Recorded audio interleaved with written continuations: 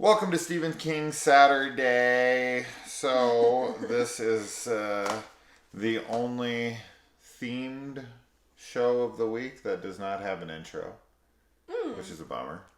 Should make an intro. Should. Yeah. Should, at some point, maybe. Maybe. But, alright. So, Stephen King's Rose Red. This is one that a lot of people are very fond of and have a lot of nostalgia for. This one came out in like 2001. And I had seen it before, but honestly had remembered almost nothing about it. So I was really curious to revisit it. It is 4 hours long, broken into 3 parts at an hour and 20 apiece. And I will say that this copy I had to buy from like the UK because an American copy of it is out of print and was like $80, $100 or something insane. And I was like, wow, I really want to watch it because I do love Stephen King miniseries. And I went on and saw that price and was like, oh hell no.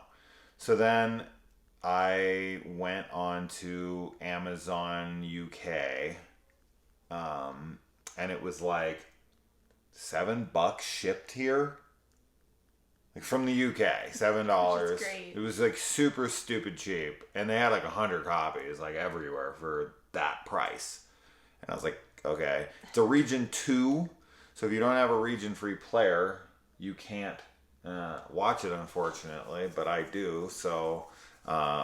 Yeah. Now, I am a big fan of some of King's miniseries for sure, and they all have a certain feel to them, right? It's that made-for-TV feel to them, but there's some that, and it might be nostalgia, right? This isn't my era of nostalgia. This is a little past. This would be when I was 19. So at that time, I don't know. I grew up on like, I shouldn't say grew up because the Langoliers is probably only 6 years younger than this. A new, older. If you were than about this. 19, yeah. So then that would put me at like 13. I want to say Yeah. the Langoliers like 95. So it's, yeah, somewhere in that era. So it's not that big of a jump, but when you're at that age, a year is a long time, right? Absolutely. So it came out probably when I was like 14, 15. And yeah, I love the Langoliers. I think that it's one of those films where you can absolutely, without a shadow of a doubt, while watching it say, okay, this is probably poor. This is probably not the great. best quality, yeah. But I love it. Yeah. I've seen it like, and it's 4 hours long. Like this one, I've seen it a lot. I've seen it at least 10 times, if not more.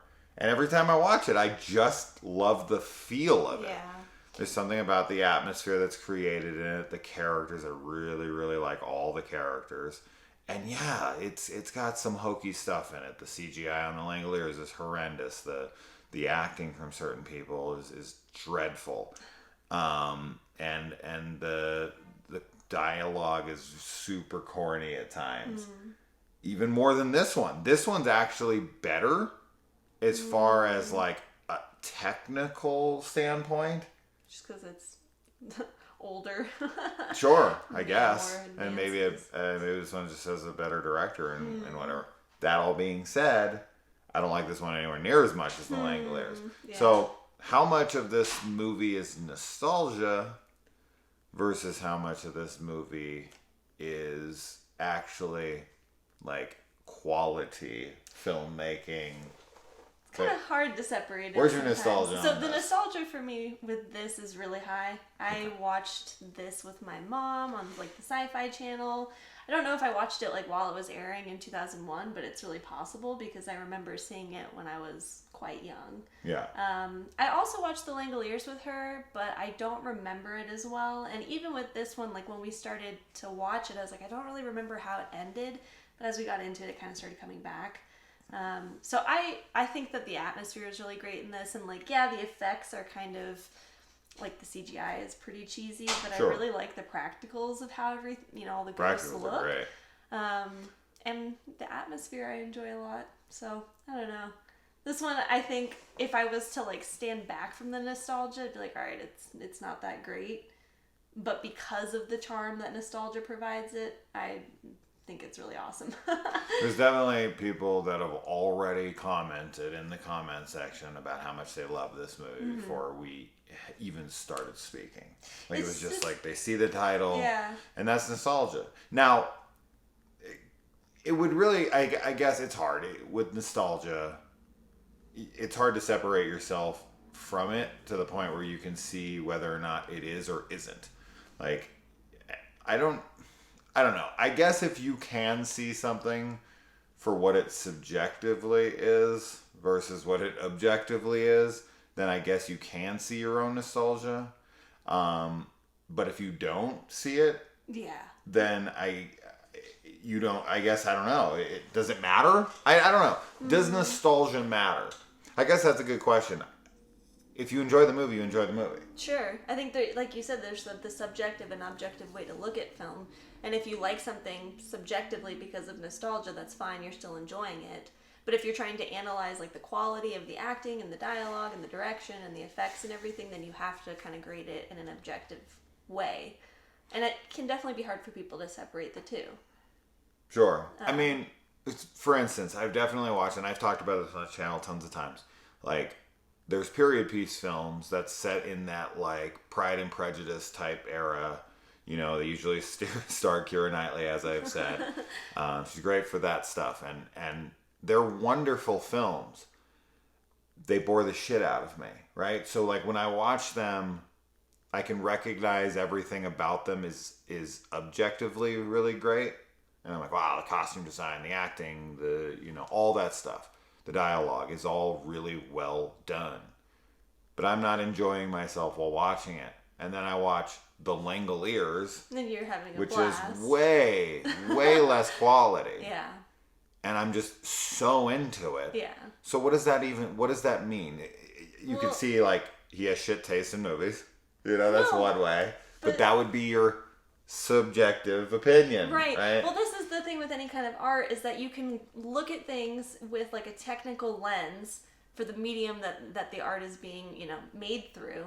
But because it's art, like, you can't separate your subjective experience of it. It's just why it's, everyone has all these different tastes and things that they find wonderful or horrible, and not everyone's going to feel the same way about them. Yeah. But you can't take it out of the experience of any type of art, music or movies or books or anything. Well, people are really, really biased too, like, with what they like and with what they don't like, right? Like, and people go into things with preconceived, like, ideas that they're going to dislike something.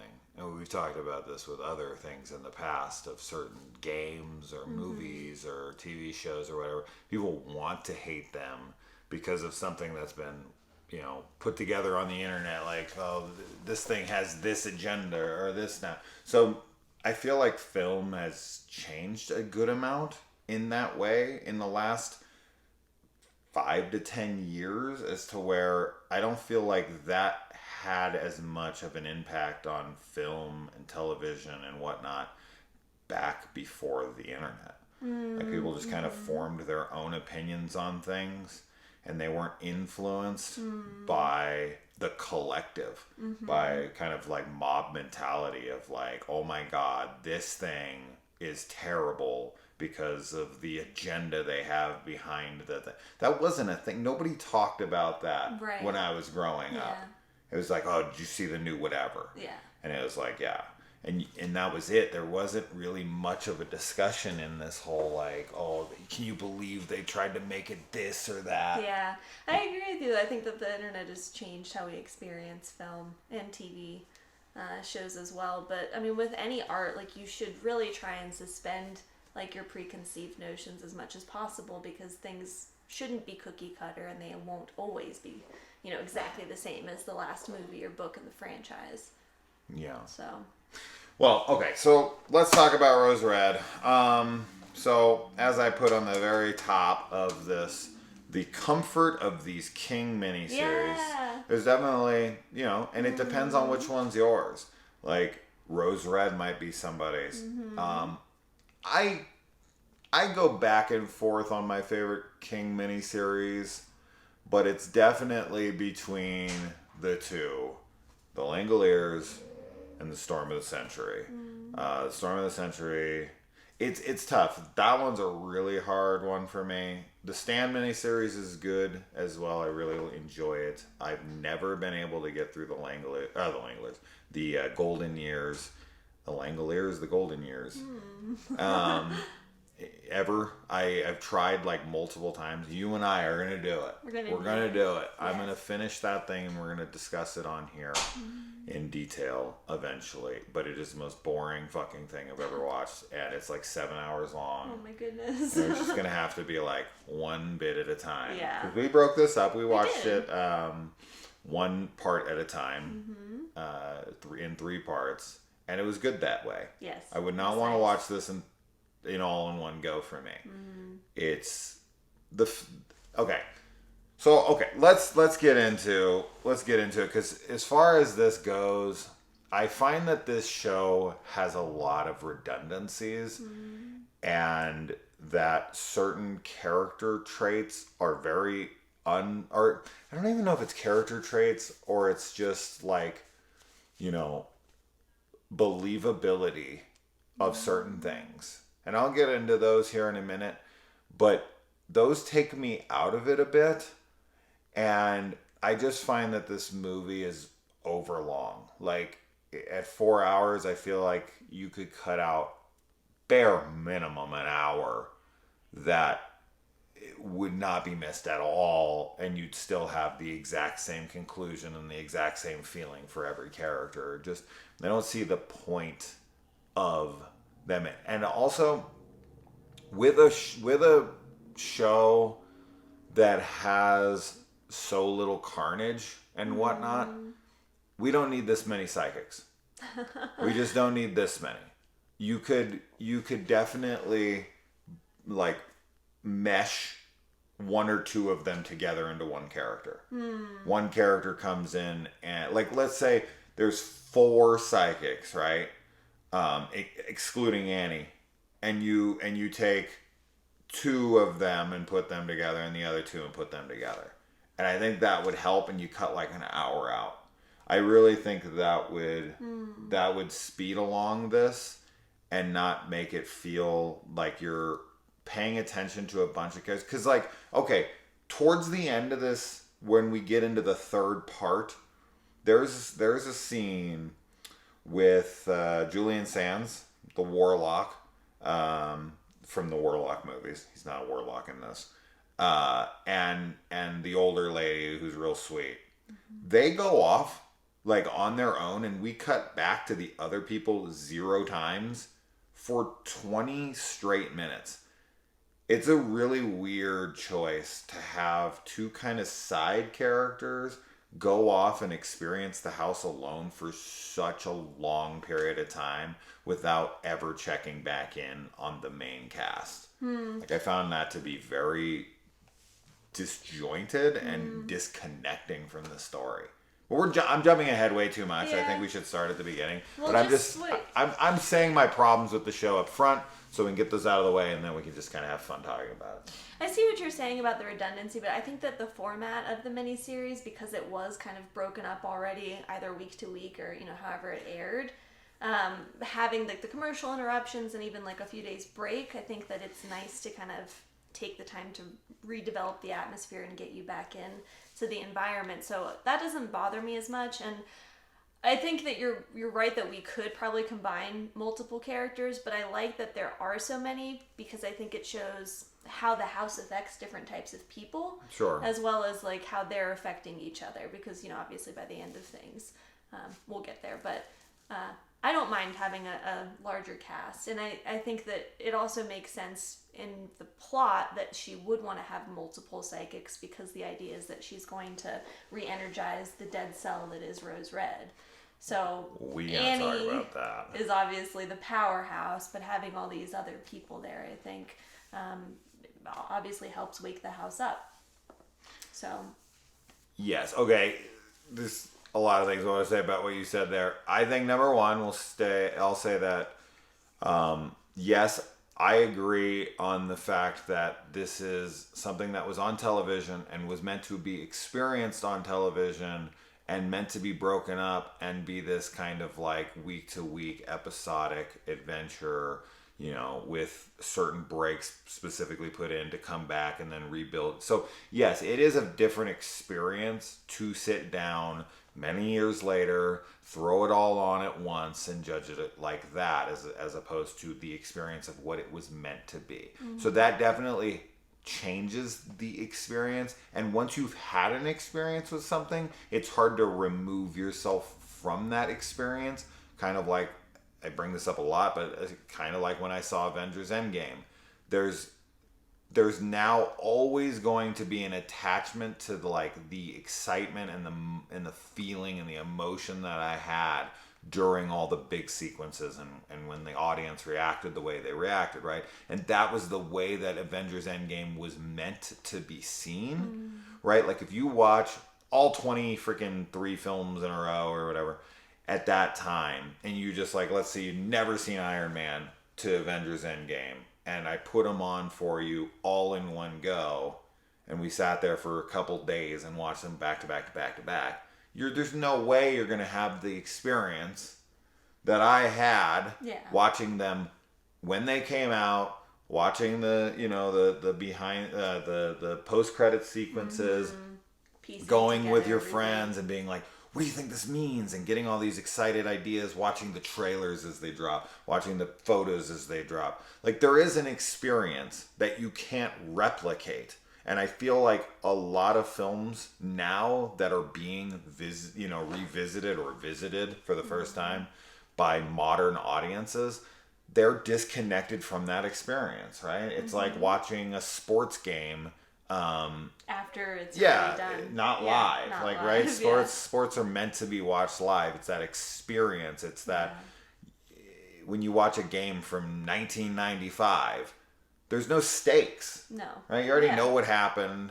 And even if you don't, there's something about it. It's just not there anymore. All those people aren't in the stadium. Right. Those athletes are retired or dead, or maybe not 95 they're dead, unless it's Kobe, I guess. He's dead, unfortunately.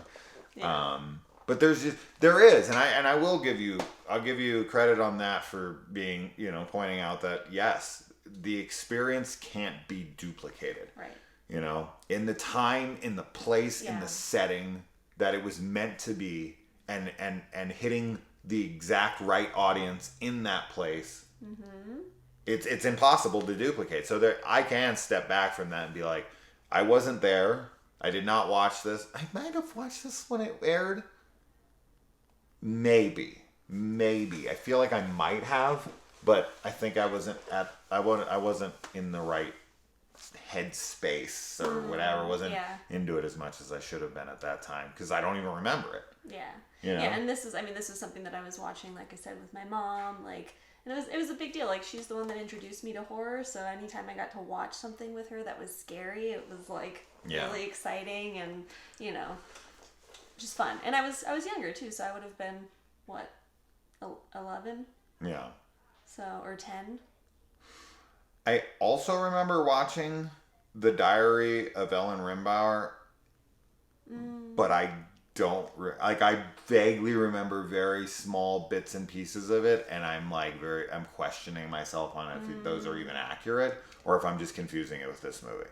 But I do want to watch that next and cover that after this. If we don't, I don't feel like we're gonna either get it when we watch it or be able to review it properly, because we'll be so far removed from this, because we'll have watched 50 things by the time we get to 50, probably 1,000 things by the time we get to it.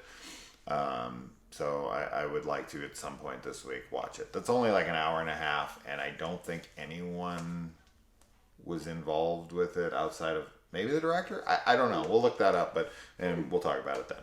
But I remember I was going to say a few things. The second thing being something like, the cell, the psychics and the people. No, I think I was going to go on to something Maybe I'll remember as we go along. I talked for too long. But it was in reply to all the things you said, and I'm not going to have you repeat them all so that I can speak on those sparks. But all right, so another thing. Okay, another thing that I do have an issue with in this. Now, I suppose, because this isn't new, which is kind of ironic for what I'm about to say, but while Stephen King can be extremely repetitive with his writing, I mean, how many Stephen King properties has like a disgruntled or flawed writer? Yes. In his or story. Teacher, professor, either one, right? Right, yeah. He was a teacher and he was a writer. Yeah. And you can find one of those characters as a main protagonist / antagonist in pretty much every Stephen King anything you've ever touched. Yeah. So write what you know, exactly. right? Like that's what it is. He does a good job. That character is just kind of like, we get it. I definitely think it's kind of like his signature, but I mean, I love it. I like that perspective as somebody who also likes to write and, looks up to Stephen King. It's cool to see, a self-insert in some ways, I'm sure, but especially, after, I won't go off on it, but after reading Dr. Sleep and seeing the change, in his perspective on being an alcoholic after he wrote The Shining, with Danny Torrance, so... Yeah, I don't know. It's cool to see his life reflected in his works. Sure. But this one might be his most unoriginal that I've watched. Like, there's so many things in here that I'm like, oh, this is just a poor man shining. Like, this is like... a poor man shining. Yeah, like, there's a lot of that stuff. Like, this starts with a little kid who has psychic ability powers... and is using them for no good. Firestarter, The Shining. Like, you can go through the list, the gauntlet, right, of just his past works, of his bibliography. And it's just, I wrote down things one after the other in here that was just like, oh, where have we seen this before? Right? But this opening is very Carrie, right? Especially the Carrie book, where she's like bringing shit down on the house, right? It's all just things we've seen before from King. The haunted house that they bring the people to, like, we've done this, but it is what it is. And so there's the neighbors next door, which I guess their dog tried to bite at her, so she was pissed off. Now the woman comes out and like apologizes later. In the scene where we see the flashback before she brought the rocks down on their house, and which is like super evil, and I don't think we ever really like address that like she like tried to murder the neighbors next door when the dog tried to bite her because she was the one that was off, and all the woman does in that scene is like come out and try to get her dog and apologizes to them, and then she rains fucking fire and brimstone on them, but her like parents. Her dad especially seems to be pretty abusive, and like nothing happens to him, but the neighbors, like they're like bringing this shit down on it. But like, what's weird about that to me is that in the scene that they're just before that, before the rocks come raining down on their house, they're like shit talking her in the house. Yeah. Which I guess you could say that Annie is hearing them through her psychic abilities and is like, I don't like the shit they're saying about me, so I'm going to rain down on them, because it didn't match up with how sweet she was to her outside, but I guess they could just be afraid of her, and then when they go in the house, they're like, talking shit. But what's really funny, before you say what you're going to say, and the whole point of me even bringing this up in the first place, is the old family, there's a straight up earthquake. The fucking, like, everything's rocking, shit's coming down, like, they're swaying, and their response to that, their initial reaction to that is they don't think it's an earthquake, they think it's the music next door. They're like, oh my god, that music's really loud. Your house is shaking? Music? This Twisted Sister over there? Yes. Like, their reaction to music made me laugh out loud. Music. Yeah. They're supposed to It's be not that like, loud. I know. She has a The phonogram. And she's blasting. Yeah. Turn down that freaking, what is that? What's that? Swing. Swing, yeah. Turn down that swing band, music. Big band music. It's rocking my house. Don't you think they'd hear it? Yes. If it was that loud? Not just the vibrations. Yeah. I agree with you. I was going to say that one, yes, I think she can tell that they're talking about her, and two, I don't think Annie is meant to be evil at all, but she's pretty young at that age, or at that time, and, she's obviously got an abusive father, her family doesn't want her to show her powers, and I think that she's kind of having just like a temper tantrum, just like a kid would around that age, so... Yeah. I think that she unleashes on them because she hears, what they're saying and is just kind of overwhelmed with it. But she tried to murder the sweet old couple next door. Yeah, but that's not there's like no retribution for it at all. Well, because how are they supposed to prove? Like, it's not. They don't want to admit that Annie's psychic. But in the show. Oh well, yeah. There's nothing that the comes to her. The retribution, I guess, is that she almost gets taken in by Rose Red. Okay. You know what I mean? Like, she's there and she's probably supposed to die so she can stay with the house, but makes it out. I don't know. I never felt like she was... I never, as the audience, ever felt like she was going to die. I felt like she was in danger a few times. I never did. Yeah, I felt like she was in danger. Yeah. It's kind of, it's like you were saying, though, like similar to The Shining. It's the same type of way that, Danny is in danger at the Overlook. That's the kind of feeling I got from Annie being in Rose Red.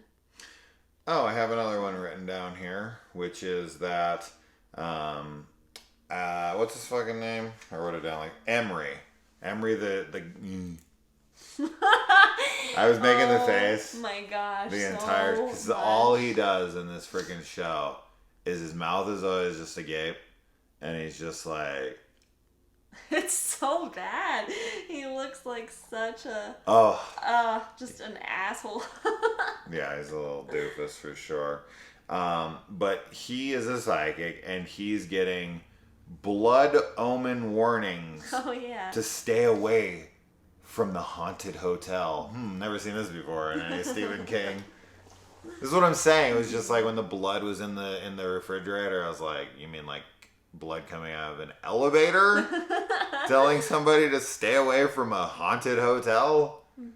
Like that, you know what I'm saying? Like there's so much of that where I'm just like, come on, man. Well, I think there's a reason why Stephen King is so popular. Obviously, he's been super influential in horror, but there's also cliches of his that when, some people, they read it and they don't like it, but the people who love Stephen King are all about him. Sure. You know what I mean? Like, it just is his style. It's what he's interested in writing. I think that's fine when it's like, oh, there's another alcoholic writer, right? Like, we've gotten that before, but it's a staple, right? It's a signature, as you said.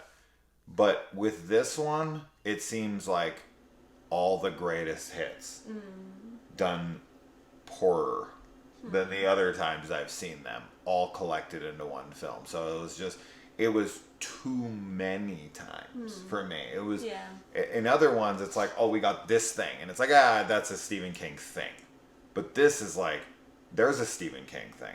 There's a Stephen King thing. There's a Stephen King thing. I think that became a drinking game. For me, it's definitely nostalgia that makes me not bothered by it, because I actually saw this before I saw The Shining. So... Whoa.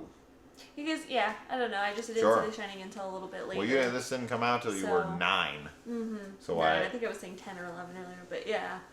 So The Shining, though, I wouldn't have seen until I was a little older. I don't remember the exact age, but so it doesn't. It almost would be like some of the first times I was exposed to those tropes. Yeah. For him, but obviously watching it now, like I see what you're saying.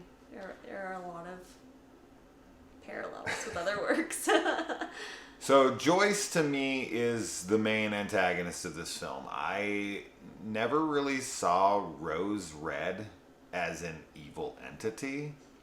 I saw Joyce's obsession as the main offender here. Like Rose Red is just kind of acting how it acts, right? Now I get that the house has done evil things in the past, but this house is just kind of, I don't know, it's acting how it should act, Sure. right? As to where, like, everyone knows the house is haunted. Everyone knows that the house has this horrible history where it's killed 1,000 women and 20 men, and so like when you go into it, you know what you're getting yourself into. Joyce presents herself as this intellectual who, is just trying to prove this and that. She doesn't give a fuck about anybody but herself throughout, which I don't dislike about the show at all. I actually quite like that. It's just Joyce to me is the villain of this. Yeah, I do think though that she's selfish from the beginning, but I think that the house's influence on her, the longer she stays there, fuels her obsession. Sure. Very similar to Jack in The Overlook. I think that it's, part of it has to do with it being amplified by her just being in that location. Yeah. And the other, we have other kind of like antagonists here, whether it be the ghosts or Emery's mom. Or the other guy who works for the school. Yeah. But they're so like lame up front. Like they're assholes immediately, and they present themselves as such. Joyce tries to present herself as holier than thou, and she's such an asshole. She does not care about anybody's life in this, and she actually towards the end, when people are like in like serious conflict with one another, when one of them is threatening and trying to convince the rest of them to like murder a little girl, she's in the background laughing and like encouraging them to continue. Well, yeah, but again, I think that it is the Rose Red, influencing her. I don't disagree that she's not probably that way. Yes. I think it's bringing it out of her. Yeah, that's what I mean. It exacerbates it for sure. That's why it's so great to see all these different personality types in Rose Red, to see who's affected and who isn't, based on personality weaknesses or traits or whatever that, in the outside world we see small hints at. Because we definitely get hints that Joyce is, obviously selfish and not really caring about other people and who she's going to bring there, right? She's giving Rachel like $12,000 or something to get Annie there, and she's, willing to do whatever.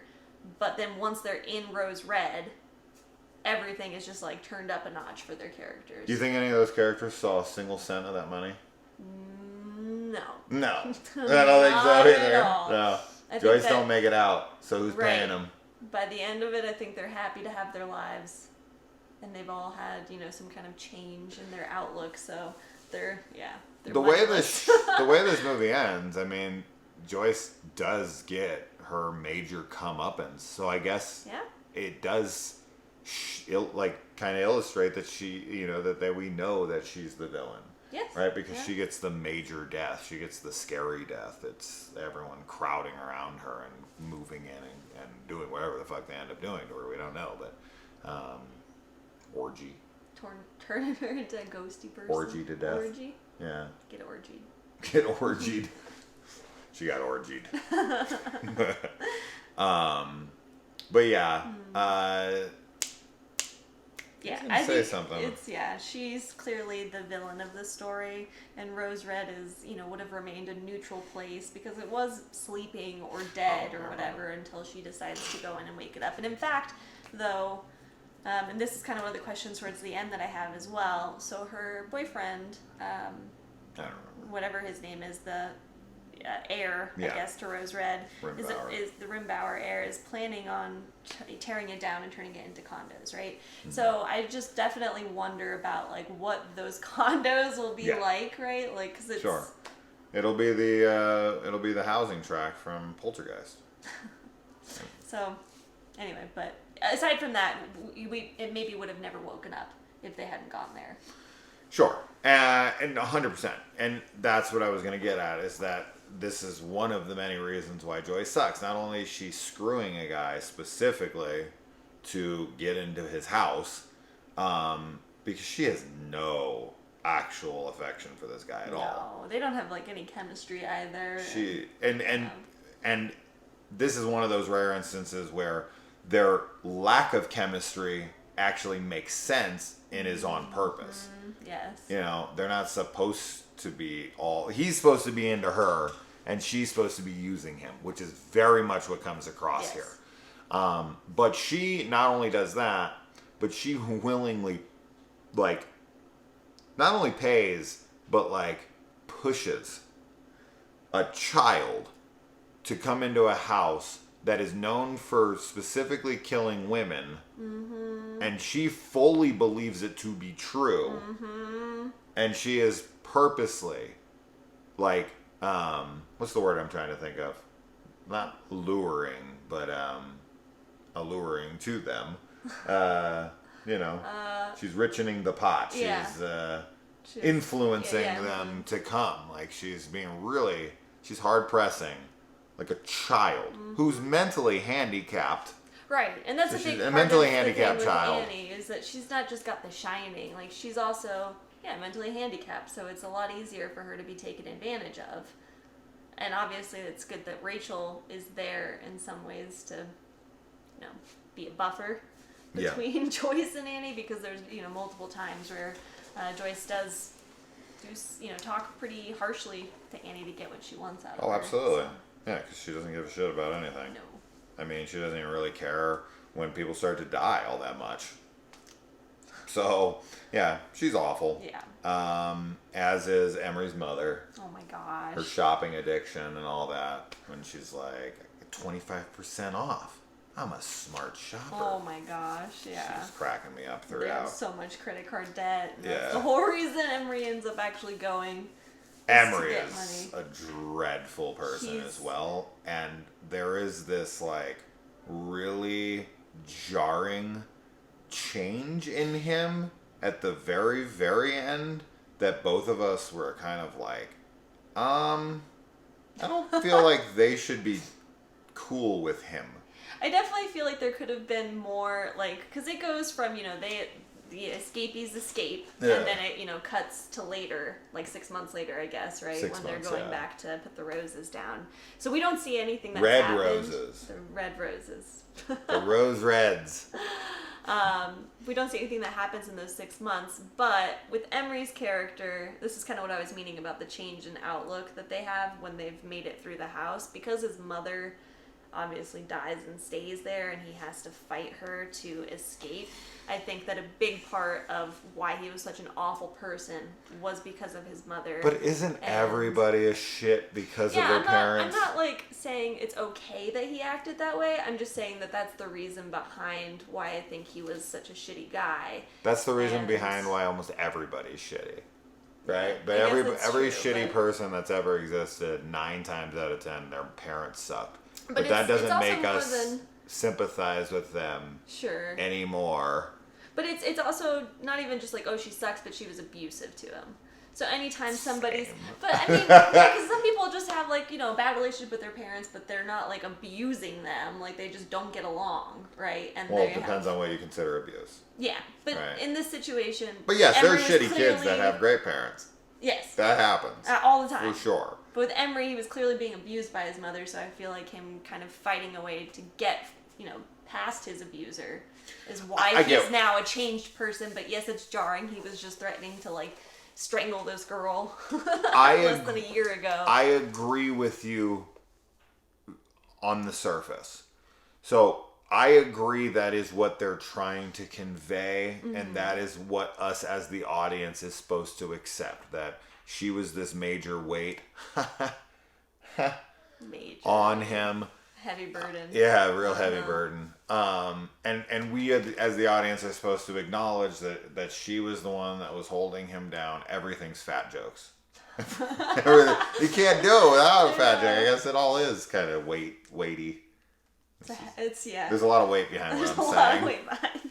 Anyway, point being, getting away from the fat jokes, she is fat though, is that, so we have that vision, right? We have that understanding. We as the audience understands that. We see the arc of Emery. We see her at home with him. We see his interaction with her when she's trying to pull him into the mirror. We see all that stuff, right? They don't really see any of that stuff. Now, granted, they're psychics, right? So you could go and you could, stretch it to make it work. But to me, I don't feel like we see their understanding of what he's went through and the journey that brought him around to be this uberly nice guy to Annie in the end. Where he's like, oh, Annie, what's that mean? Like, all of a sudden... Super sweet. He's just, like, the nicest guy. And they're all, like, buddies. Well, that's what I was... like, you don't remember you were threatening to murder this child. That's kind of what I was saying, is that I feel like it would be nice to have more context of, their relationship immediately after that experience. But the other part is also they went through this super traumatic, life-threatening experience together. Yeah. So they're all kind of bonded on that. Sure. But I'd also like to clarify that while that is the intention of the story to be like his mother was abusive, he breaks free, in reality, you don't really have an excuse of child abuse or, anything for being a shitty person.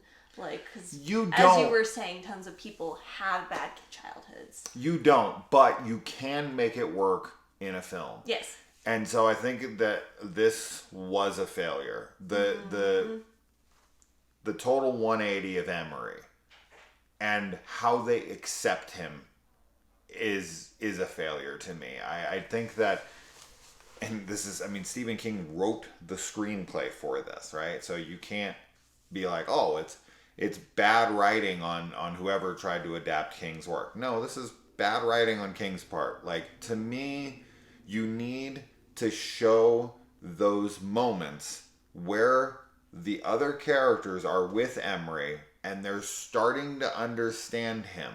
And then they see what has made him the way he is. And then we see that moment where we can understand why they'd be like, oh, Emery was troubled. Emery did all these things. And they could have easily, I shouldn't say easily, but they could have absolutely done that within this. If you can redeem Darth Vader after he's blown up a freaking planet, murdered younglings, all the things that he's done, and all he has to do is pick up an old man and throw him off a fucking ledge.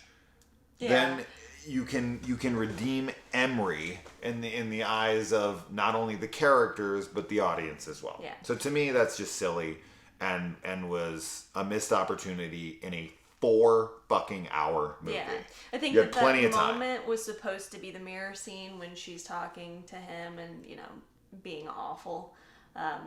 I think that's supposed to be the moment when they're like, oh, he's his mom is like evil. I get that, but then after that, he's threatening to murder the child. Mm-hmm. No, that's not after. That's at the very end when they get out. Right? But they saw her with him dropping him off. Yes, they see him. And they were like, oh, this is why he is the way that he is. Then he's trying to murder her. Yeah, yeah. And I get what he's saying. Like, in the moment, it's like, she's what's woke this thing up. Mm-hmm. And we can't get out of her here unless she's dead. She's going to die anyway. Really, right? Like, and he does suggest that. Like, let's knock this chick out. Yeah. And honestly, it makes sense. And I would have been on board with, like, putting her to sleep. But yeah, so they can open the doors. It absolutely makes sense. And he just had, like, all of his fingers cut off, too. So it's like, he's in extreme pain, bleeding out, probably, like, thinks he's going to die.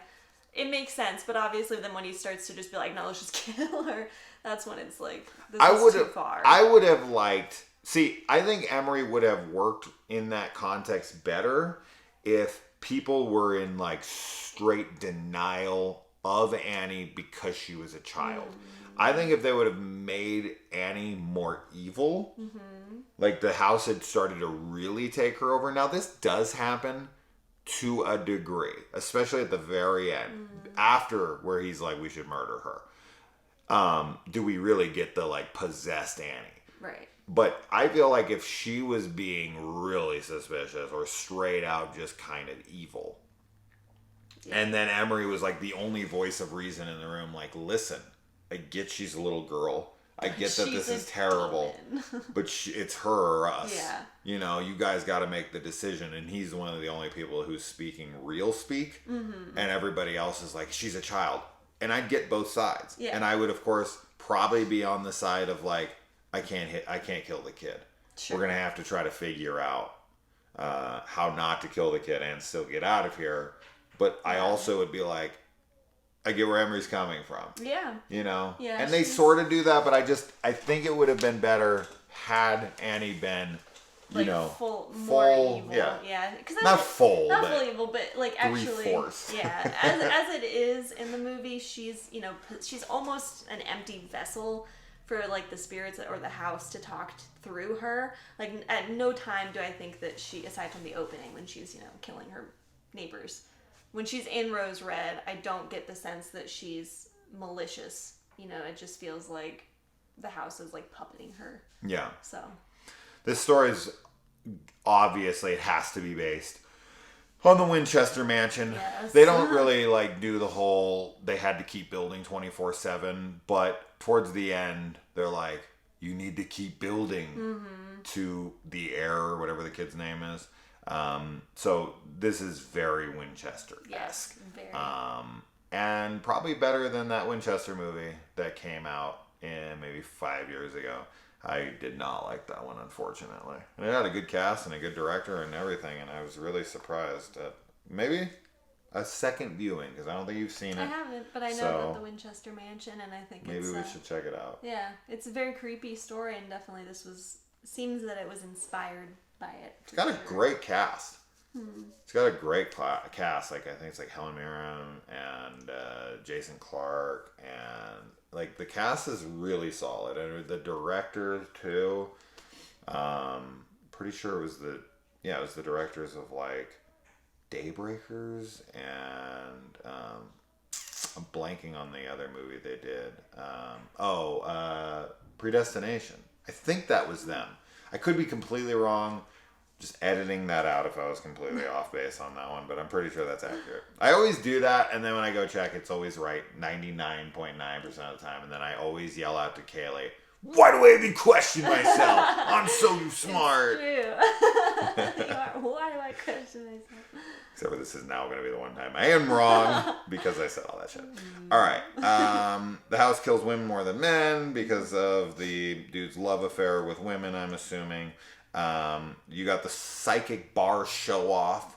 What's your skill? You got the Emily Deschanel, Zooey's sister from Bones in this as one of the psychics. You've got what's her fucking name? I'm blanking on her name at the moment for some reason. Rachel? Yeah. I can't remember her name right now. From Heavenly Creatures in Yellow Jackets. She's great in this. I'll definitely think about it before the end. But she is in this, and she's in the flashback, which was like 10 years before, and then she's in now as the same actress. This was a terrible decision. She looks Why? When she's supposed to be like an 18, 19-year-old girl, why put her in a scene from like 10 years before? Yeah. When she would be 9? No, 10? she's supposed to be like 25. 25. And so she's supposed to be 15. She's supposed to be like 15. She looks no different. Exactly the I same. mean, no different. I think she's wearing the same outfit. Hairstyle. Like her hair's exactly the Yes. same. She's not wearing any more makeup or anything. They did not try to age her Totally the one same. singular It's bit. really funny. But then Annie's like a whole new person. Yes. She should have been a different actress. Yeah. It's one scene for fucking 1 minute. Yeah, you could have easily just put in Just some put other in a brunette different chick. Kid, yeah. And she goes by the name Sister in this? I don't like that. That's actually one thing that, for whatever reason, bothered me a lot. Really? It's just weird because, like, I don't know. People call me Sissy. Yes, sister. Just call me sister. Like, my name's Rachel, but call me sister. I'm like, You ain't why? black. But I don't understand. Is sister a name?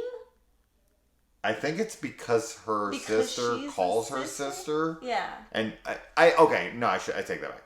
I think she is called Sister, and she goes by the name Sister because like everyone who knows her Is like she's only Annie's knows sister. her through Annie because of who Annie is, because of all the stories That's of the Annie. Because sister. it's like, oh, she's sister. She's Yeah. the sister. That makes sense. That You know? makes sense. It's just weird to It's me very weird. that she would take it on as her title. Yeah, that's why Right? I was like, Because that seems offensive. Like, the only thing that matters about you is who you're related to. Yeah. Like, you think that would be a sore spot. Like, don't call me that. Sure. Yeah. Like. But she's like, Rachel. no. Corrects everybody. Like, no, my name is Sister. Sister. You can call me Sissy. Yeah. Yeah. Neither one sound good. It doesn't sound good. Sissy?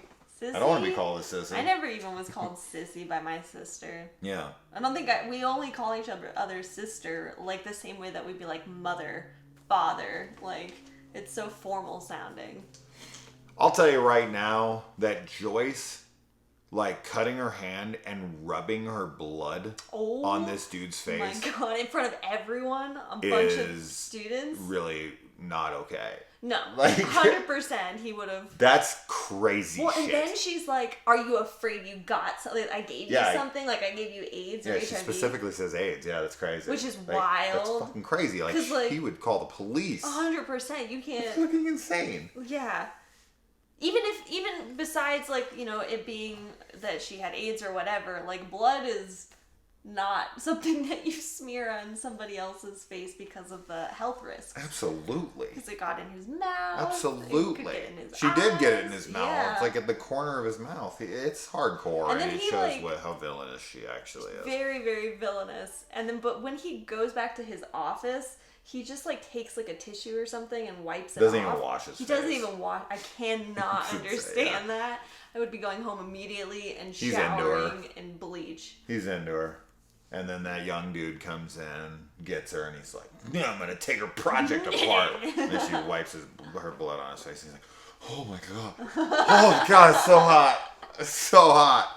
I'm gonna take these tissues and I'm gonna keep them for later, and I'm just gonna sniff them as I jerk off." I don't think that's what it is. That's 100% what it was. 100%. 100% of it. We'll hear nothing else on the matter. All right, so then he sends in his little lackey, who's killed pretty much immediately. Why he gets killed immediately and all of the rest of them just get to live the whole time while they're in there? I think it's because they he's just by murder himself. him immediately. Yeah, don't wander off That's why alone. they have the buddy system. Most of the time they're with people. But the two people that go off on their own do die. Because the house can't kill two people at once. It's like that one, they no do problem. at the end but try, two, and then they separate, right? Two's too much for a haunted house, I guess. And, okay, so here's the thing I was talking about earlier. Gotta get to it finally. So she's there to prove that something unexplainable by science exists, whether it be the haunted house or this or that, right? Okay, so we got a few things to talk about here. Number one, the psychic's abilities being as prominent and as provable as they are, I feel like they wouldn't be strapped for cash. Okay, Sure. I don't feel like people who legit have the foresight to be able to see what's going to happen in the future, people who can touch objects and actually see what has happened with touching them, with having an automatic writer that can contact spirits, with having someone who can see the past. These are all things that would get them on every talk show, that would get them, working for the police, that would get them. There's so many fucking things. And it's not like they're trying to hide their abilities, right? They come in, they're at a bar displaying them in the full view of everybody, openly like, "Oh, I can do this, and I can do this, and I can do this." These people would be superheroes in the world, and people would not disbelieve in the paranormal. This would be like known as a normal, real ability. Because as I've mentioned before, with like someone like James Randi, who went out and tried to find proof in anything that could not be explained by science for 50 years of his life, offering up $1 million to anybody who could prove psychic abilities or anything unprovable by science, and never ran into a single thing ever in his career. You're thinking, okay, if these people had these abilities, they would be showcasing them. They would not be like, out of work, desperate for $5,000 kind of people. So that is one thing. But the whole other thing is that Joyce is obsessed with trying to find proof that this house has hauntings in it. That if they can get something on it, within 10 minutes of them being in this house, they see a full-formed specter in front of them that her boyfriend, fake boyfriend, catches on film. Then Annie, this crazy psychic who can make freaking objects fall from the sky, who isn't being researched by the government for some reason at this point, she makes a hallway appear that's like the length of 5 football fields out of nowhere that all of them see. Proof gotten. It's time to leave. It's time to move on. What more do you need? Her whole point of being there is to wake up Rose Red, to capture evidence. She's putting in her own money. She's funding this whole project by herself. 5,000 here, 5,000 here, 5,000 here, 12,000 here. She's putting $35,000, fucking $50,000 into this. She just got fired. She's not getting her tenure renewed. She's all in on this thing. Yeah. She has the proof. There's no point for it, and they should all be like, nobody at any point is like, you got what you need? Right. We just saw a specter. There's a fully formed ghost. And here's another thing, and this is, I think, and it's because of who she's surrounding herself by. But there's no question of the validity of any of the psychic's abilities, of the ghosts within the house, with the hauntings. Any of that stuff is never in question within that group, ever. And the whole world disbelieves. Like, couldn't she bring in one of those psychics, like Annie, who can fucking raise things with her mind in front of all these naysayers and be like, okay, well, clearly... Yeah. We've got something going on here. And hey, here's footage of this. And here's the... Like, she has so much proof, beyond proof, that to me it just seems weird that in this world that she lives in, that there's still... That everyone's, like, skeptical to the point where they're, like, you know, running her out of town as a charlatan for even suggesting such things. But then she throws a fucking, you know, a rock and hits 5 psychics. Yeah. You know? They're all in that area. They're all, like, around. It's ridiculous to me. Yeah. No, I think that's one of... I agree. I think that one of the big plot holes, or whatever, maybe not a plot hole, but the thing that doesn't make sense for sure is that she very clearly gets evidence of psychic phenomenon early on, and you would think that that would be enough. I do think that her obsession with Rose Red is what makes her stay there, and the house's influence on them is also what makes her stay longer. And as far as, like, the psychics, I think that, like, in Stephen King's books and in, like, the universe that he's built, there's always, like, a group of people where something paranormal or psychic or some phenomenon is happening to them, but the outside world isn't aware of it. Like, they don't believe it exists or they don't know that it exists. But all of the special people in his books, it's kind of like, I don't know, I think it sort of is like if they expose themselves, they'd be in danger from other, like, evil things or whatever it might be. So I do think that they've probably kept their abilities more hidden than they would have because of a fear of getting hurt, instead of it being like, oh, I could just go onto a talk show and make a ton of money. I like that. I would have liked, should I say, sorry. I would have been more preferable to, okay, we got the proof, let's go. The house won't let them leave. Yeah. Then it's the struggle to escape this and that. But at no time is anybody ever like, you got enough proof? Mm-hmm. It's time to leave. Mm-hmm. Another really fucking stupid, funny thing to me is all those psychic abilities and the fact that she's around them, all these unexplainable things where they're able to achieve these wonderful, incredible feats and all this stuff. And they present all of these amazing things and stuff's happening. And what she gets excited about the most by far at first is phantom wind closing a door. She's like, oh my God, we're close. We pretty much got proof now. I know. A fucking door closed. Well, that's why, like, a door the closed. Scene immediately before that, the girl who can touch things and get a sense of the past has, like, a vision when she touches the door handle to Rose Red and starts, like, talking in another voice or says something that's really bizarre. And Joyce just kind of looks at her and it's like, whatever. Then when they walk in, the door closes. And it's funny because the other girl doesn't even say anything. She's not like, I just did a psychic thing right in front of you. What are you talking about? Like, nope. So, she just walks in the house and the door closes. Yeah. And she's like, we just experienced phantom wind. And at that moment, I farted and was just like, "There's some phantom wind for you. There's some proof. Let's write a book on that." It was so silly to me. Let's not forget Zucchini the maid. Oh yeah, zucchini. Yeah, pretty much Stephen King took the word zucchini and just put some added flavor to it. Zucchini. Made zucchini. Whatever the hell it was, but every time she said it, I was just like, I want a salad. This is 100% zucchini. I want to see it written. I feel like there's an E at the end or an A. Z-U-C-C-I-N. Have you seen Joe Dirt? I have once. Okay. You know the scene where he pulls up in the very opening and he's like, he says Joe Dirt and then he's like, it's pronounced dirte. I put an E on the end, pronounce it dirte. It's pretty cool. Pretty cool. Like putting an E on the end of dirt makes dirt. Yeah. Okay, you get just added E to words. Dirte. Zucchini. Which is just saying dirty. Yeah, dirty, but with like an but with A-Y. a little extra oomph to it. Zucchini.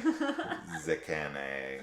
I can't remember what the hell it even is in the movie, but every time we laugh. Alright, sees the full specter in plain sight of everyone. That's not enough proof. There's my note. Let's see. The rope that they use to like follow back their breadcrumbs is inside the wall. Yeah. Built into the wall. Which is really cool. That would just be so I'm trippy. Out. Yeah. I'm gone. Thank you. No thank you. Goodbye. That's one thing I really love about this movie is the set design of Rose Red. I like the upside down office. I like the long hallway that's like an optical illusion, and the mirror like room that's the library. Even the garden, like all of the places I think are really cool. Yeah. And it feels creepy and it feels magical at the same time. It's very eerie, but also like, I don't know, special feeling. The thing I like most about the movie is the effects, not the CG. No. Although there is one sequence that is CG that I really like, and it is the statue ripping its own face off. That is CG. That's a great one, actually. That looks That's one great. of the best ones. And then all the effects of the dead people and all that stuff. I love it. I think it looks all fantastic, and I'm really into that stuff. The CG they do over it sucks, but ignore that stuff. All the rest of it is really rad. So I will give that, I feel like everything I've said has like an error or just straight up negativity to it, and I'm not trying to do that. No, you're just critiquing it, which is fine. I don't like doing that. It's funny, I have so many things in my notes that's like, makes hallway elongate dramatically, comma, proof. I just keep writing proof. Yeah. Like, we've got it. Like, you just saw a fucking hallway. Yes. Like, appear out of nowhere, 8 freaking miles long, when this girl just goes and... Oh my god. Let's leave. We got it. We're good. It is, yeah. We got proof. All right. And then my next note, Emery's face throughout. And I wrote that. It wasn't even... The first episode wasn't even done. It was just every time he's on screen, just... It's so crazy. It's great. I mean, the actor, you showed me a picture Yeah. of him now, and he's like attractive and looks totally fine, but the way that he holds his face as Emery and combined with his glasses and his haircut and outfit and everything, it's just, you very much get the sense that he lives in his mother's house and is like this mega nerd who's like never spoken to another woman other than his mom or anybody really, and is just mean. Yeah. It's great. He does a great job. Yeah, he's a likable, unlikable character. Then we get the, we get the cameo that we all expected, the gratuitous cameo. Stephen King as the pizza guy, which they like push him away like he's an idiot, which was fun. It's always good to see. I love seeing him in his cameos. And I will say probably the scariest thing in this movie, outside of Emery's mother's weight and Emery's face itself, which is more punchable than the Shining Kid's face, signing miniseries. Come on now, people. Not the movie, not Kubrick's. Is the demon in the bed next to Emery. Oh my When he gosh. turns over and she's The dead movie star. Yes. She's so scary. You even said too that it was like She's a straight up, she's a demon. Don't go in the house. Oh yeah. That's what it's like. It's scary. It's Sure great. face is scary. And the house can intimidate. Yes, it can do that as well. Imitate people, which is always unfair. Yeah. Like when you can convince people that they're other people and then you go off with them. All they had to do though was look at their eyes and be like, were your eyes always red or Yeah. have you just been smoking that reefer? Yeah, their eyes were They're definitely glowing rose red. and rosy. So, Yeah. but they're also like, waking up out of sleep or, whatever. So I think that they're supposed to be in a vulnerable mental state. Which is Emery why- must have been in a vulnerable mental state if he thought that this hot blonde was coming on to him at some point in this movie. I'm like, Emery, bro. Come on. Bro. Bro. Bro, you're psychic. And you still can't tell that chick wouldn't be into you? I'm not psychic. And I can tell you right now that she ain't into you. And I like that they can alter the voicemail that's being sent That's really to cool. the professor. This is very reminiscent of what the hotel room in 1408 does to lure his ex-wife there. It can imitate his appearance and his voice and be like, I need you, blah, blah, blah, come here. It's super scary because, it's Rose Red trying to bring more people there. So, yeah, in addition to everything I've already said about the whole psychic's abilities and this and that, there's a scene where Annie levitates a domino in front of the guy that is the heir to the house, and he's watching her do it. She's like flipping it around in the air in her mind, and then like brings it down and drops it and knocks all the other things around. To which he says to that, oh, that's pretty good. That's like a pretty good trick. That's cool. That's a good job. She levitated a domino with her fucking mind in front of him, and he was just like, oh. She also levitates him, too, and they're they're dancing on the and they're freaking... floating. Yeah. Nobody else seems to notice. They should have been playing that Dancing on the Ceiling song at that point. But yeah, no, straight up. They are levitating, and he's like, why are you doing this? What are you doing No to big me? deal. And everyone around them can see it in plain sight. And that's not a big enough thing where everyone would be like, what the fuck? This is what I'm saying. Everything in the show is so... It takes away from it from me because how am I supposed to have a reaction when no one else is? Right, and the whole motivation all of them seems old being hat. there is for her to find evidence of the paranormal. So Yes, and it's going off all around her. She gets excited and she is trying to record phenomenon and all this stuff, but it definitely always feels like she's doing that for things that aren't as big as other events. Or she's by herself. Annie can also turn flowers into speakers that play music. Yeah. That's incredible. That's insane. Maybe someone should, look into that. Yeah, statue rips face off, eyes open, cool looking FX. Agree. Yeah. And Emery straight up lets someone die of a heart attack without even trying to help him. Now, granted, he thinks it's fake. Trick. So... Yes. I can forgive him for that. That is why he does that. And yeah, because he keeps saying you're not there. Yes. The glass won't break, so they really just can't get out of the house. Mm-hmm. She is obsessive. She's the real villain. That would be Joyce. Why? Okay. This house on the outside looks like it's been abandoned for 1,000 years. On the inside, not only does everything look clean, but in addition to that, everyone has lodging, bedding. This is always funny to me in movies when people come up on houses that are 50 years old and then they get into the beds and there's no dust or anything on them. In this what is this? case, but the house go ahead. is haunted and magical. Okay, the house is haunted what and it is in magical, this but case. why would this house have lemons and vinegar in it?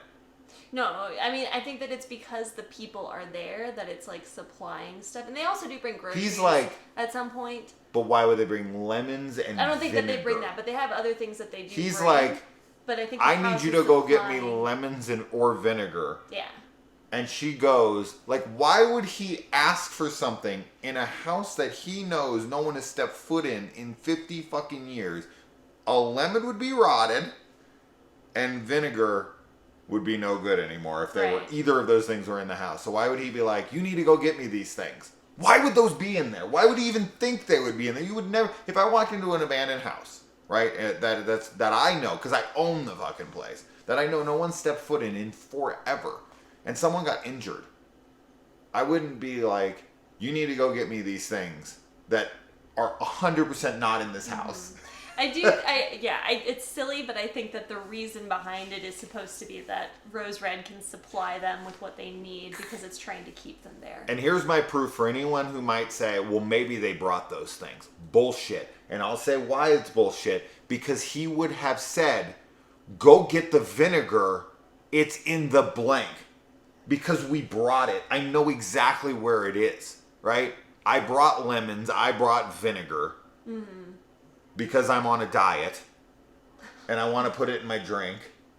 Those are two things you're supposed to put in your drink to cleanse your gut out. So maybe he's on a cleanse. Yeah. But if he was on a cleanse, he would be like, hey, I need you to go get the vinegar that's in the bag, in the little mini fridge that I brought. Yeah. Whatever. He wouldn't be like, go search the house for a lemon or vinegar. Well, I mean, she's going to the kitchen for it, right? Sure. That's where it would but be. He should know it's there. But this is such a nitpick. I don't care. Yeah, I don't think they brought it. Again, I just think that they know the house is special and they're in this, like, environment and atmosphere. But why would it injure somebody and then provide the medicine to cure them? This is a killer house. Yeah. It wouldn't. But it's also trying to kill them for them to stay there. Like, it wants people to still be at Rose Red. It wants them to stay there as a ghost. Yeah. So why then give them the healing properties for somebody that they're going to kill later? Maybe they need to, like, draw out her death. Like, maybe it needs to be like we need bullshit. To feed off of her energy for as long as we can while she's living, and then we'll kill her so she can join the team. Nonsense. Start construction. Nonsense. I also think it's really funny when they all kind of roll their eyes at Emery saying that he saw dead people. Like, this is too far of a stretch for them. Right. And it's like, you literally just saw a ghost in this house multiple times. You're seeing all sorts of crazy things happening here. And people are like, oh, Emery. Dead people. Ghosts. I know. I mean, I know we saw ghosts earlier, but come on. Other ghosts? They might also be rolling their eyes because they're just like, not that they wouldn't believe that he could see dead people, but that maybe he was just lying to try and get them to leave. But just, I don't know. They actually specifically say stuff against, like, oh, come on. Oh, come on? That's what you're there for.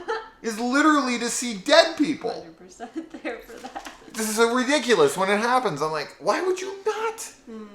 But then, okay, Emery's reactions to everything are kind of silly to me because he specifically he's the only one that gets blood warnings that are like, stay out. Yeah, and he's like, the warnings for someone who doesn't need $5,000. But then 2 minutes later, he's like, I'm gonna get out of here. Yeah, because he's supposed to be a coward. He is a coward, but that's it. Like, he's the one that's warned. He's like a weird, like, but then he's the one that's coward. like, oh my god. Yeah. Like, what are we doing here? We could die. Mm-hmm. You're the only one that got the warning. Shouldn't you be the one that should know that this could have happened? Anyway, yeah, he gets his fingers cut off. Good.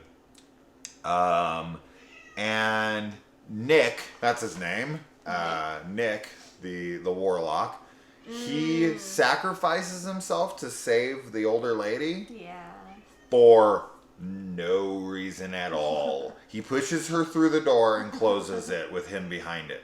Why don't they both come through the door? I've talked about this on the channel a lot. I know I say this a lot, but I do.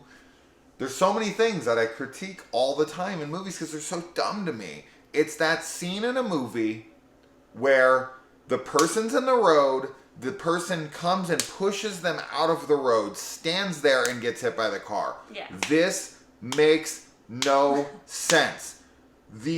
Just the very natural act of running at somebody, the force in your body, the inertia that is going forward would propel both of you forward. You would actually have to physically stop your body from moving to work against the pull of the energy that's pushing you forward. Okay? This is Bill Nye the Science Guy's explanation of films right now. But it's true. You wouldn't run into somebody and then knock them and stay still. Yeah. When you watch football, unless that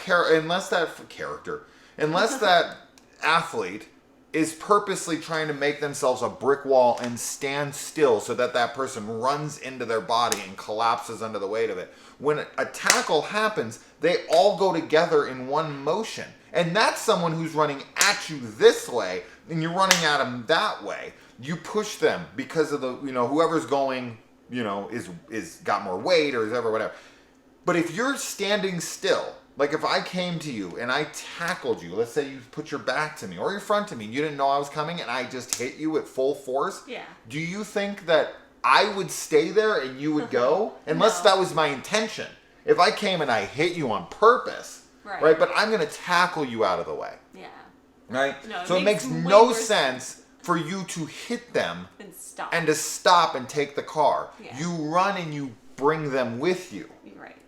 It doesn't make any sense that you would. But it's the same with this. He pushes her in the door and then closes it. In that time, they could have both went through the door and closed the door together. Yeah. This kind of stuff is nonsense in films, and I'm tired of seeing it. It doesn't need to be in here. No, it doesn't. He didn't need to sacrifice himself at all. They could have both lived, and that would have been great because they're both very likable characters. So frustrating. Every time I see it in a movie, I just immediately am like, I'm going to go off. I'm going to go off in a video again. Again. Here we go again. So many times. Again. Isn't that how the dude dies in Cruel Intentions? That's how he dies in Cruel Intentions, right? Ryan Phillippe's character. He knocks the chick out of the way of the car. And then he just stands there and takes it.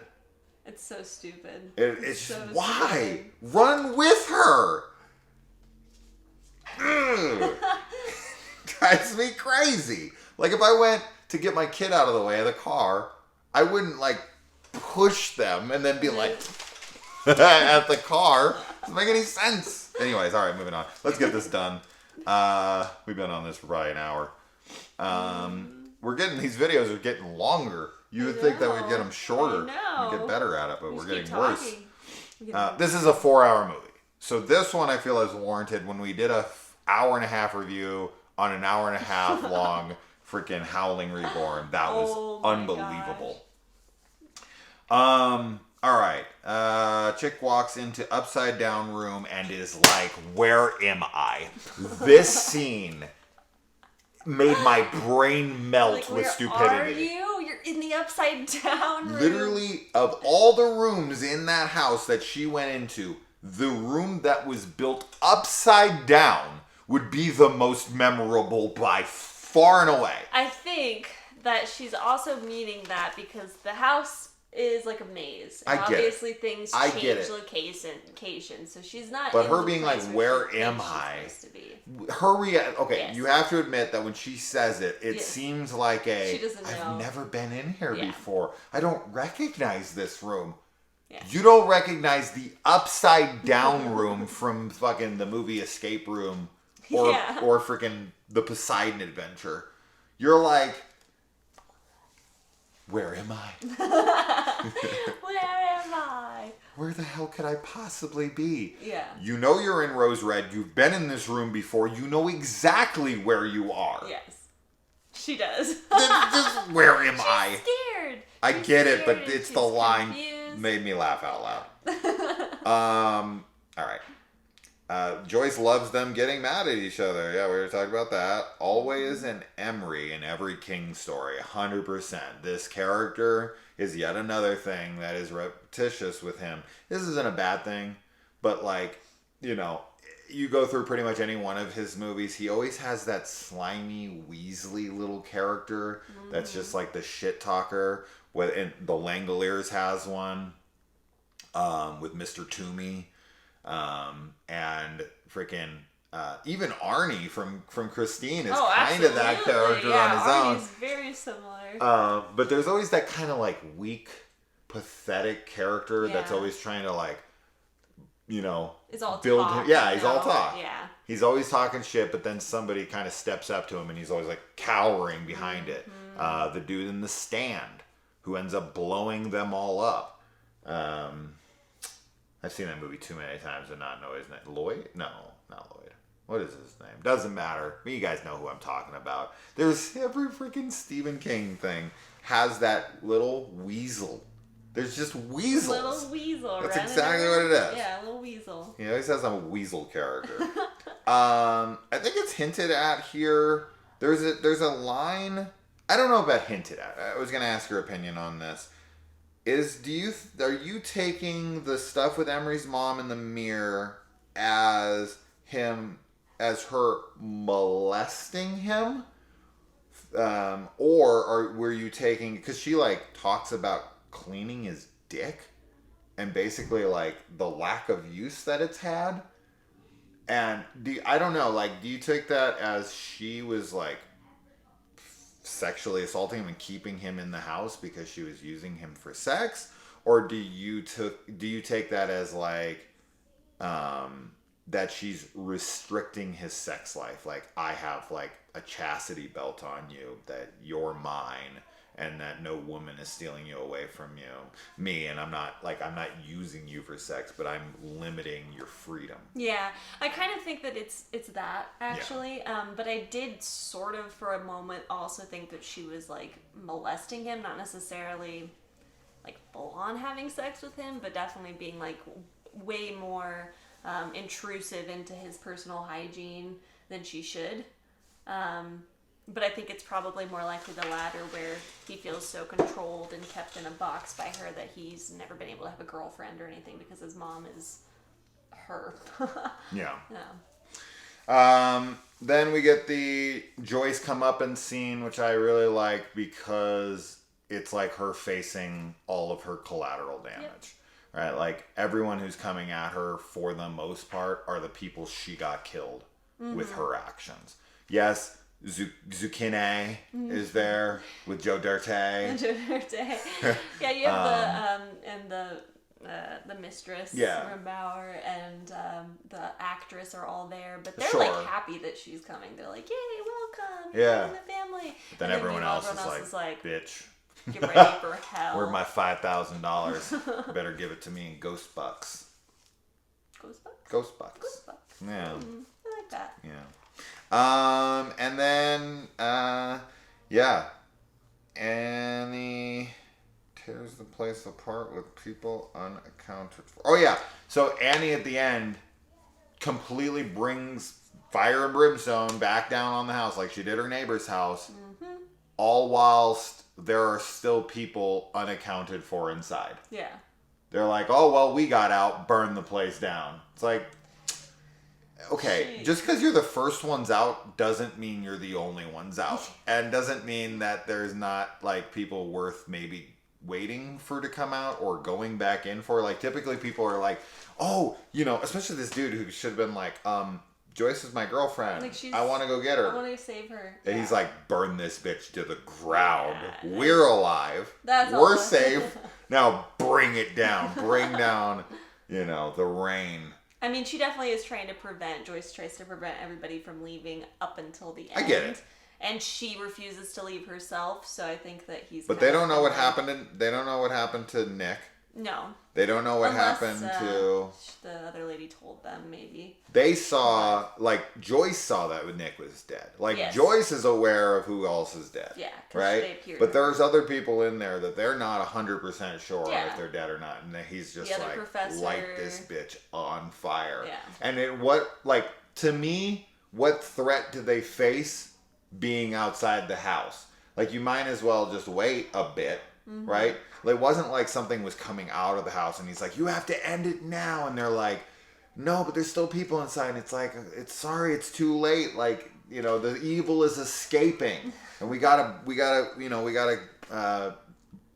strike a freaking blow at its core now. We have to, you know, go after its freaking furnace, right? to extinguish this once and for all. And it's like this, you know, morally gray kind of thing where they're like, well, fuck, like, can we let this out and can we sacrifice these people? But no, they just come out and they're like, burn this bitch to the ground. And one of them's like running towards the door. They're like, too fucking late. Like, right. They're like, he's you should have been with us. Goes on you. Yeah, just targets them. Nick's like, wait. And they're like,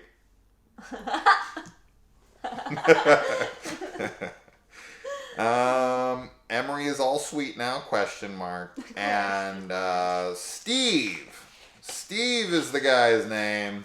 He is actually a telepath who can communicate with Annie in her head. I don't He's a really. receiver. I'm not a fan of Annie's acting in this. I find her to be a little silly. I think she's very cute. I think it's it definitely comes across as like she's like autistic, right? Like she can't really verbally communicate. But I don't think she does a very good job of doing that. I think it's cute. It's fine. I don't care. So, anyways, that's our thoughts on Rose Red. Do you have anything else to say? Nope, I don't. I said that was our thoughts and then asked you. Okay, whatever. That was my thoughts on Rose Red. And mine. Okay, we're done. My thoughts. All right. My kids are waiting. They're literally like locked in their room. Okay, they're not literally locked in their room, but they're waiting in their room patiently for us to be done. Hopefully their schoolwork is done, so we can let them little mongrels out. And then I'm gonna have to bring down the fire and brimstone on them to contain the evil. But maybe I'll wait for you to get out too. I can just. Maybe the door's right. I can. It'll take me 2 seconds. No, I'm gonna come and I'm gonna push the door closed. You're gonna save me. You're gonna push me through and then close the door behind me as they like. Stop. Dad, no. Anyways, all right, till maybe tomorrow. / Sunday. We'll see. I don't know if we're watching anything. Probably not. We'll see. Bye. Bye.